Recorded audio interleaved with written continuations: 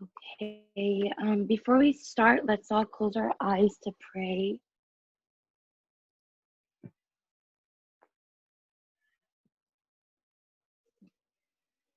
Um,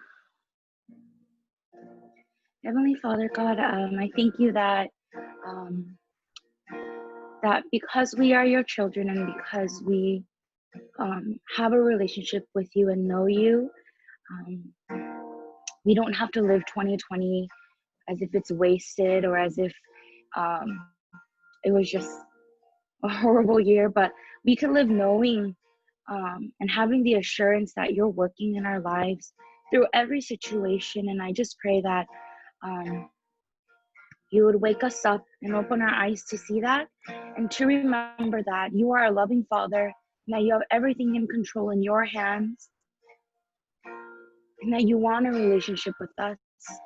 I just pray that as we worship you, that you would remind us that um, you are working, that you remind us that we could come to you and rest in you, that you'd remind us that we could find forgiveness for whatever we might feel shame for this week or whatever we saw this week, and continue on to continue walking in this walk. I just pray that your spirit would soften our hearts and move through every single person's home that's in this Zoom today. In Jesus' name I pray, amen.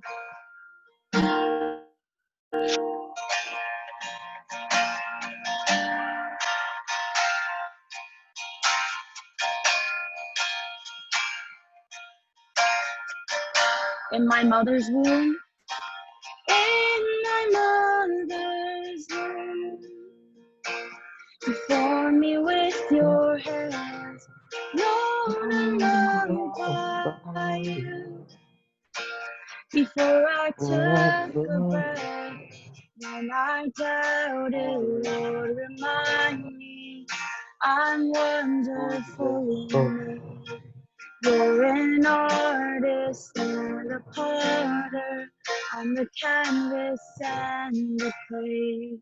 You make all things work together for my future and for my good. You make all things work together for your glory and for your name.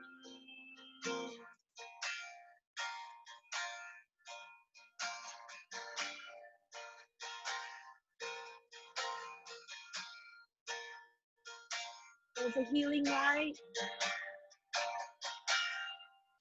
There's a healing light just beyond the clouds. Though I've walked through fire, I see clearly now. I know nothing has been wasted, no failure or mistake. You're an artist and a potter. I'm the canvas and the clay. You make all things work together for my future and for my good. You make all things work together for your glory and for you make all things work together for my future, for my good and for my good. You make all things work together for my glory and for your name. And for when I doubted, Lord, remind me I'm wonderfully made. You're an artist and a potter. I'm the canvas and the clay. I know nothing has been wasted, no failure or mistake. You're an artist and a potter. I'm the canvas and the clay. You make all things work together for my future and for my good. You make all things work together for your glory. And for you make all things, you make all things work together for my future and for my good. And for my good, you make all things work together for your glory and for your name.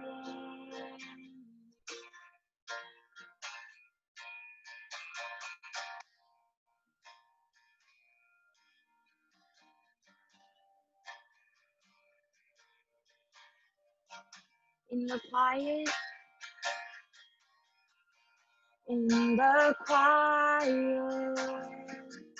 in the stillness, I know that you are God. In the secret of your presence, I know there I am restored. When you call, when you call, I won't refuse. Each new day, again I'll choose.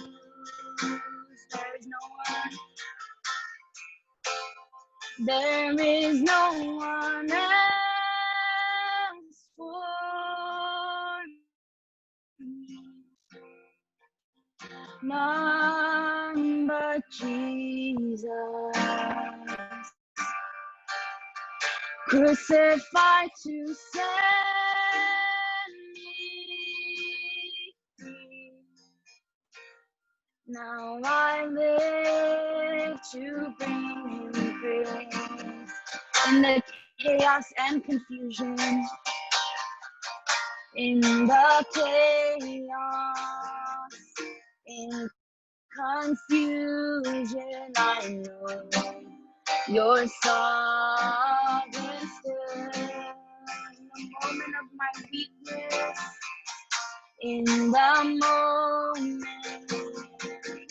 of my weakness, you give me grace to do your, when you call,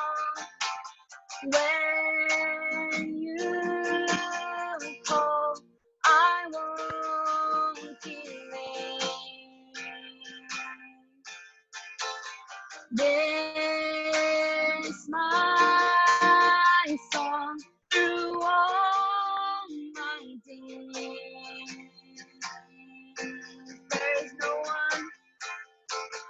There is no one else for me. None but Jesus, none but Jesus. Crucified to set me free. Now I live to bring him praise. There is no one else for me. none but Jesus, crucified to set me free. Now I live to bring you praise. All my delight is in you, Lord. All of my hope, all of my strength, all my delight is in you, Lord.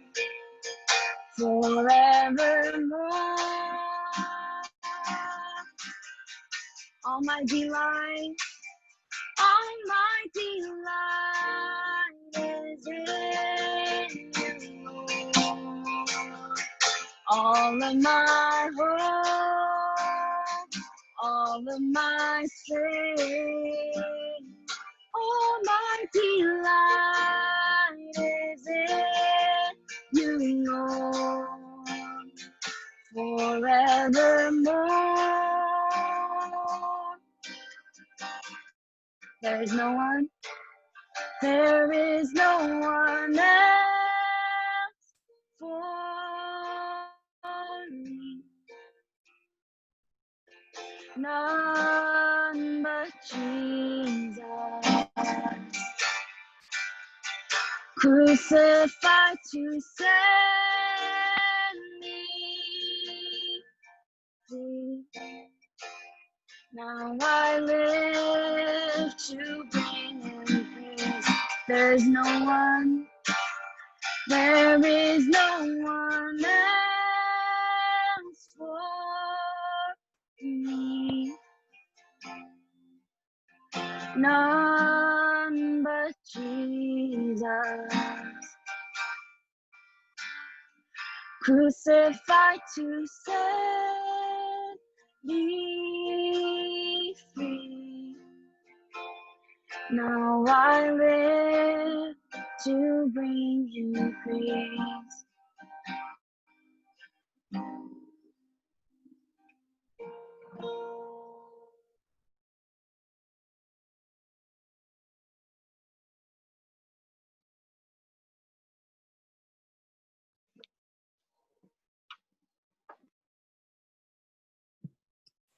Hi. Okay, so I guess for this week, I just wanted to share like how my week has been and like the stuff that was going on and kind of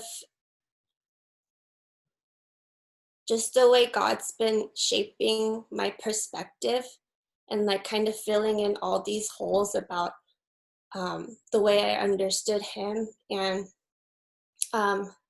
so I'll kind of start off by saying like a couple years ago, that was where I think there was kind of a turn in my walk. And I mean, like God has met me in different points of my life. Like I remember there was a time he met me when I was like 16, and then like another time when I moved here like 5 years ago, and then the last one was like 3 years ago, or 2 to 3 years ago. And it was like around that time, like I always heard like people have a life verse, but I think this one, I kept hearing it with like early in those years, like 2 to 3 years ago. And that eventually it became like my life verse. And it was something my mentor like said a lot in the beginning, which was, God says, I will never leave you or forsake you. And then throughout the past couple years, like that was kind of the one, if I forgot everything and like I didn't even know what to read in the Bible, or like I didn't know verses, but I was like, oh, then that's the only one I know. So whatever I was going through, I would kind of go back to that. But in the beginning, when I heard that, like, I will never leave you or forsake you, I think it just hit me in like, oh, that sounds so nice. Like, God, is that really you? Like, he won't ever leave me or forsake me. And But then as I went through like the ups and downs and like all the ways I like messed up and would sin, and I'm like, are you still never gonna leave me or forsake? Like there are different depths that it started to hit, and then most recently it was last week where that verse like it came back up again, and it kind of went from the surface level to something that I really think I'm starting to understand in my heart, and um, like that's his promise, like I will never leave you or forsake you. And it comes from the verse Deuteronomy 31:6, which is be strong and courageous, do not fear or be in dread of them, for it is the Lord your God who goes with you, he will not leave you or forsake you. And it also comes from Deuteronomy 31:8, which is it is the Lord who goes before you, he will be with you, he will not leave you or forsake you, and do not fear or be dismayed. um, and the reason it came up recently was because this past week, there's been a very consistent message that I've been hearing. I think it's from Holy Spirit, but when I was talking to God and I was really overwhelmed and like really stressed, and you know, when you're so like overcome with so many emotions and like you don't know how to deal with it. And so you're just like saying and you're pouring out your heart. And when there was like a quiet moment, like every time like there was a thought that would pop in, or just like a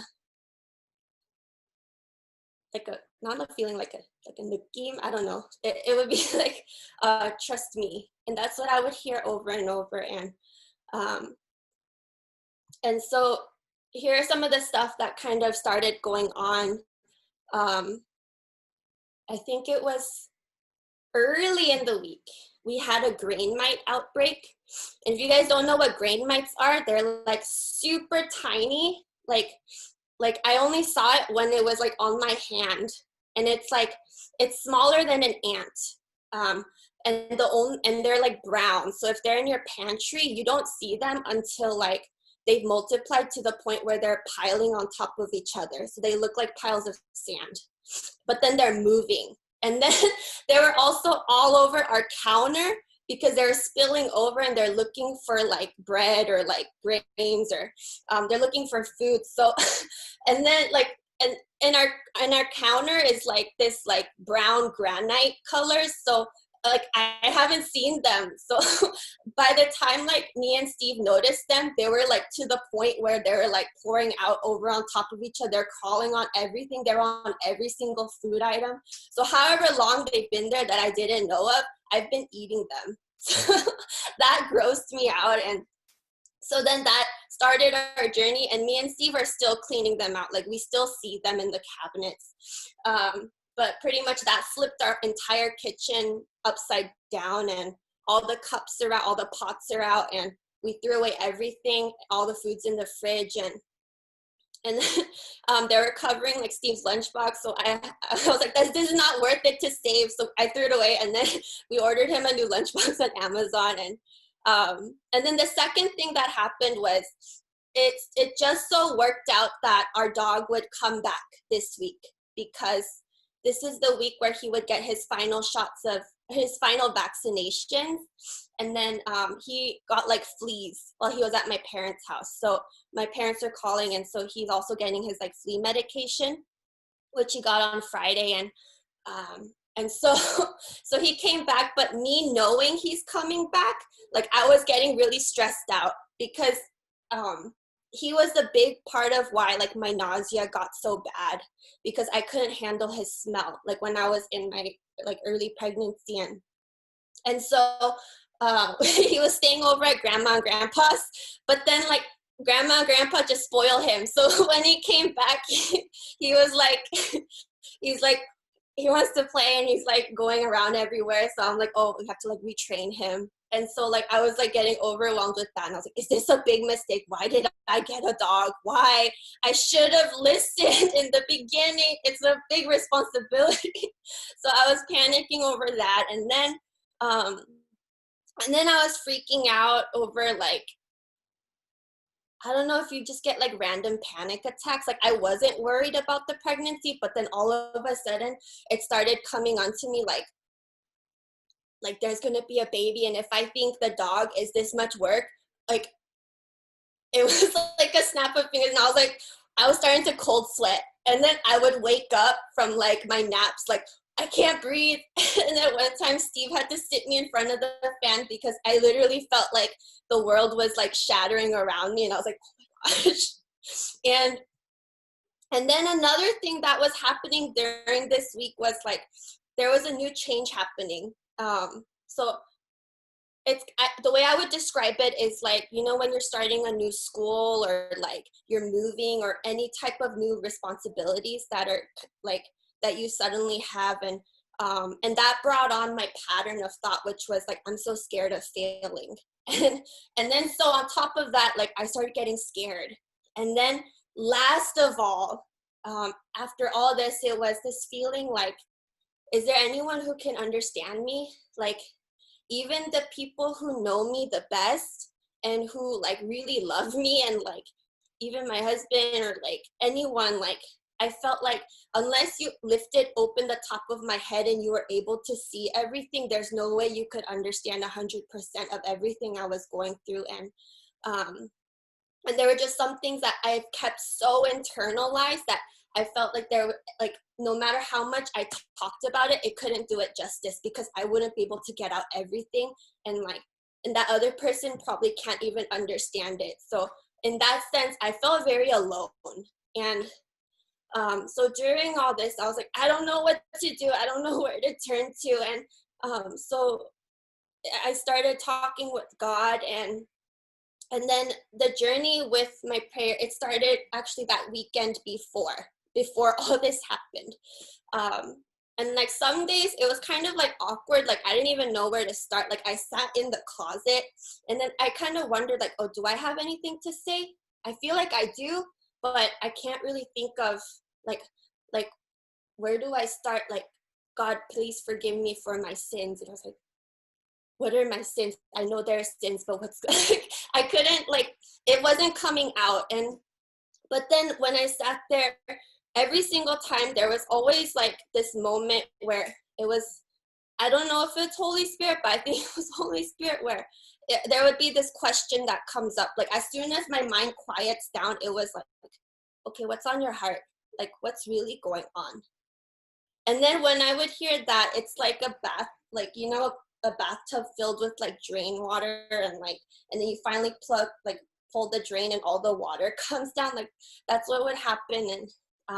And then that's when I would just start crying and telling God like a jumbled up mess of just everything I've been keeping inside. And it was very unfiltered. Like I literally just said what I felt. I didn't care if it was like correct or not correct or captured or uncaptured. I was like, God, if it's not captured, then it's not captured. This is what it is. This is what I'm feeling. And this is what I'm thinking. And I'm struggling. Um, and I really had no solutions, and I couldn't come up with ways to solve any issues on my own. Um, and even like relational issues, I was like, I don't know how to solve this. Like, I can't solve it. Like, and I was trying to think of ways to manipulate, to like fix things. And I was like, no, but like, I really can't fix it. Um, and then there was always this realization, like, what can I do? I don't know how to solve any of these problems. Like, these circumstances, stresses, anxieties, like I can't really solve it, except my habit is to just numb it and just ignore it, which is what I've been doing like during this week when all of these things started popping up. That's something I saw about myself, like a pattern. I like to pretend it's not there. But then I asked him, I was like, God, but what do you see? Because I don't see, obviously, and I don't see it from your perspective. But if you're God and I'm seeing it from this perspective, and you're seeing it from this perspective, then God, like I want to see it the way you see it. And so last weekend, that's where like this journey was. And like what I really felt and what I struggled with as I was telling God everything was, you know, I'm so tempted to take it back up again. You know, like he says, like, give me your worries, give me like your anxiety, give me your burdens. And but then what I always do is I'll tell him everything, but as soon as I leave the closet, I start worrying about it again. So it's like like I have a big box of stuff, and then God's like, oh, can you leave it at my front door? And then I'll go and then I'll drop it off. And then as soon as I'm about to leave, like I take the box back again. And I'm like, oh wait, let me carry this a little bit more. Um, and so like throughout the time that I would be praying to him, it was always this question of like, do you trust me? Like, trust me. Just like, just trust God. And I was like struggling to really understand how to do that, because I was like, I don't know how to do that. I always take it back up. And then on Sunday I heard pastor's message, and then on Monday I heard this testimony of this like woman who got third-degree burns all over her body. And then throughout the weekend, like I would read things or hear things, read articles, and it was kind of like God was filling in these holes that I had in my understanding of him. And somewhere during that week, like I had read a John Piper article based on Isaiah 64:4, which was, since ancient times, no one has heard, no ear has perceived, no eye has seen any God besides you who acts on behalf of those who work for him. And he was saying, God brings rain on the just and the unjust, and he brings sunshine on the good and the bad. And I mean, like all of us, we woke up, we have like food ready for us, like we have a roof over our heads. And I mean, that's nothing that we ever did to like earn or anything we did to like get that for ourselves. And that's all God. But what John Piper was saying of that verse was, it's not talking about just a few natural needs that he does for everybody. It's when God acts for those who wait for him, it's God's investment to do everything that his people need to have done for their good. So basically, throughout everything I've been hearing and like reading throughout the week, even like the verse of the day was like, lean not on your own understanding, or like trust in him. Basically, God is fighting for my good. And he's fighting for me to be well. And the only role I need to fill is to not figure things out, not to like think I can handle it or like worry about it, but just wait on him, like learn to wait on him and find rest as just being his daughter.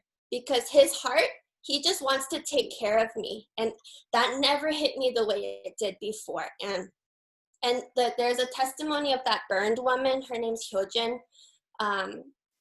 And she kind of talked about her life, and she was really made fun of because like she has a lot of scars on her face. And what I really felt though was when I was hearing about her relationship with God was she really wasn't doing like, it wasn't the amount that she was doing at church or like putting on a performance. She just really was herself. And in her life, what I saw was God was the one who was kind of taking her from season to season, helping her to understand what she really didn't understand before. And like nothing was forced, like it was very natural. And then he was the one that helped her to understand like she never thought she was beautiful because she was teased all her life, but then God saw her differently, and it was him that helped her to see herself through his eyes. And she was saying in her testimony, like, how there's like Miss Korea, but she was like, God called me like Miss Heaven, so I'm Miss Heaven. and then like I really saw that God was the one that shaped her heart. He shaped her desires. And so at the end of all this, it was not like God's heart for me is really not for me to like do well or like get it. Like I always think I have to get things like quickly, but he just wants me to be happy. And that also hit me. So if God is fighting for me, he's 100% behind me. In the end, he just wants me to be happy. Then whatever he allows in my life, like everything, like whether it's seemingly good or seemingly bad, like I can't be the judge of that, because like no matter what, there is a good that can come from it, because he just wants me to be well. In his heart, he just wants me to be happy, and whatever way that will lead me to that, I think he allows it. And where am I? Oh yeah, so along with everything that's happening and a lot of my questions, like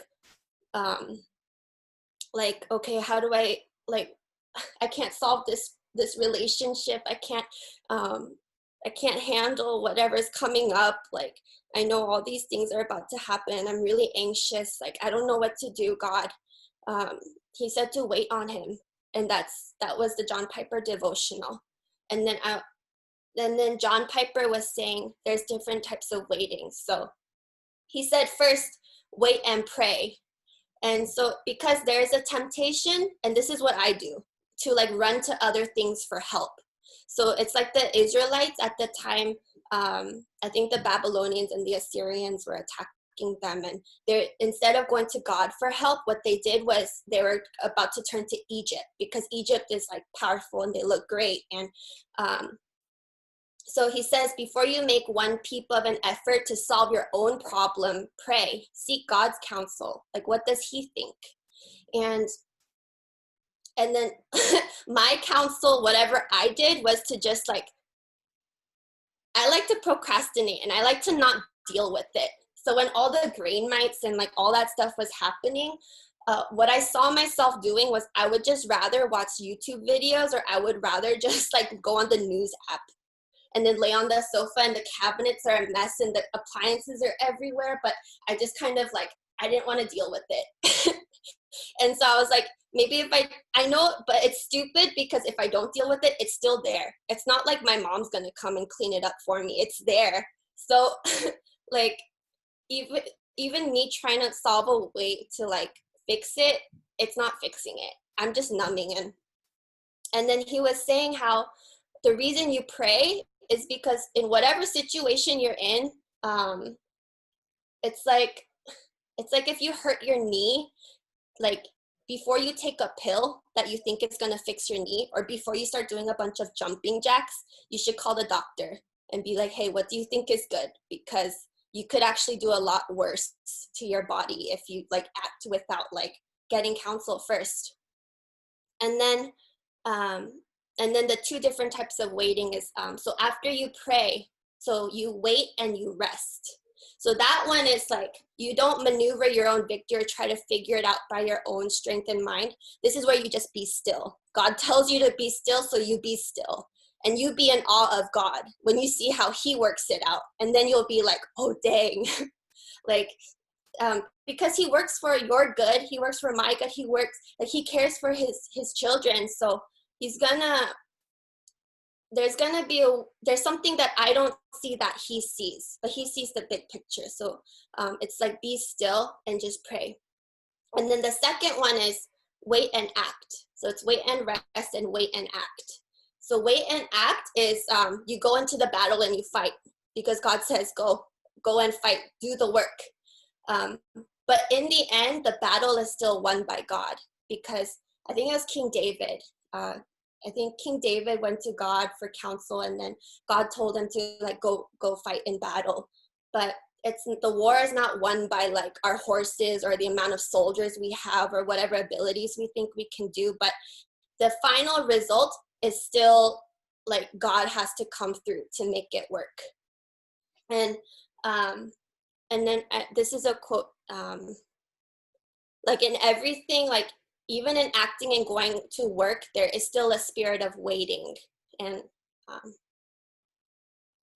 so, and then the final result of all we do lies in I think I did a typo, in the Lord, and on that we wait in all our work. So behind everything, above all, like the reason I was like, okay, waiting, it kind of makes sense now. And I was like, okay, trusting you, God, like, oh, it makes sense, because behind everything, I've been learning about God's heart towards me just a little bit more, which is he will never leave me or forsake me, and he fights for me. He desires to take care of me, and he just wants me to be happy in the end. So he works for my good. So whatever the situation, like whatever it seems like it's going on, or I just need to let go and like trust him and learn to wait on him, because only he can do what I can't do. And the reason he's 100% for me is Jamie brought up a verse last week. I think it was very briefly. She talked about the verse like God did not spare even his own son. So like, what would he withhold from you? Like, because he loved us, he gave up his one and only son, and that's his heart.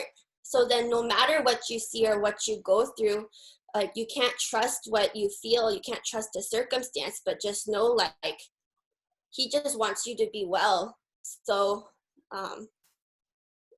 so just trust the process. So even with like all of the grain mites, like, yeah, I have to do a lot of cleaning, there's still a lot to do. And with the dog, I don't know, maybe give him up for adoption. I really don't know, but we'll see. And the pregnancy and like whatever is about to come up, like, I don't have any control. Like, I don't have any abilities. Like what can I do? But God's in control, and like he doesn't need me for like whatever I can offer. I'm just his daughter.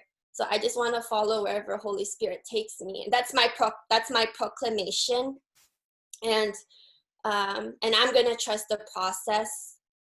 And also throughout the week, there's so much that God does behind the scenes that I really don't even see.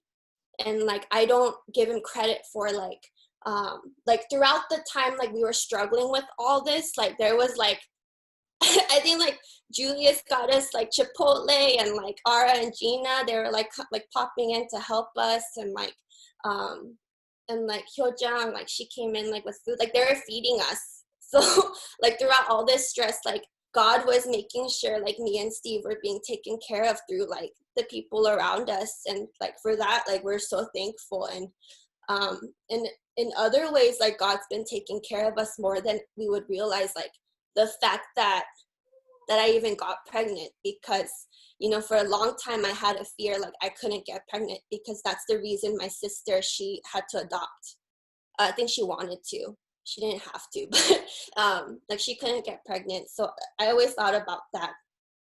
And then I went through my miscarriage like last year, and that was like that was such a hard time. But then like fast forward, I was like, oh, there's something growing in me, and that's not my doing, like this is God. So I was like, okay, so there's so much to be thankful for every day. And yeah, like crappy stuff happens, but his heart, he just wants us to be what he wants me to be, happy in the end. So I don't, you know, it is what it is, but I can get through it because God's for me. So I guess to end it, it's just wherever we are today, like let's just be so thankful to God, because the truth is that he loves us and he's for us no matter what. And he's in control and we are not. So I just, I hope that we all learn to build like a very real relationship with him. I want to go through that process too, where it's not so much like, oh, I need to like, I don't know, never mind. Like, like I just want us to build something so real with him. And I really want that relationship with him, and to really learn to let go and trust him. So that's my message today. Thank you, Esther teacher. I created breakout rooms, so if you're sharing a screen and need to go to need to join separately, just go ahead now, and then I'll add you guys on. Yeah, and then we'll share that YouTube link for the testimony. If you guys understand Korean, take a look at it. Okay, guys, have a great discussion, and we'll see you on Friday.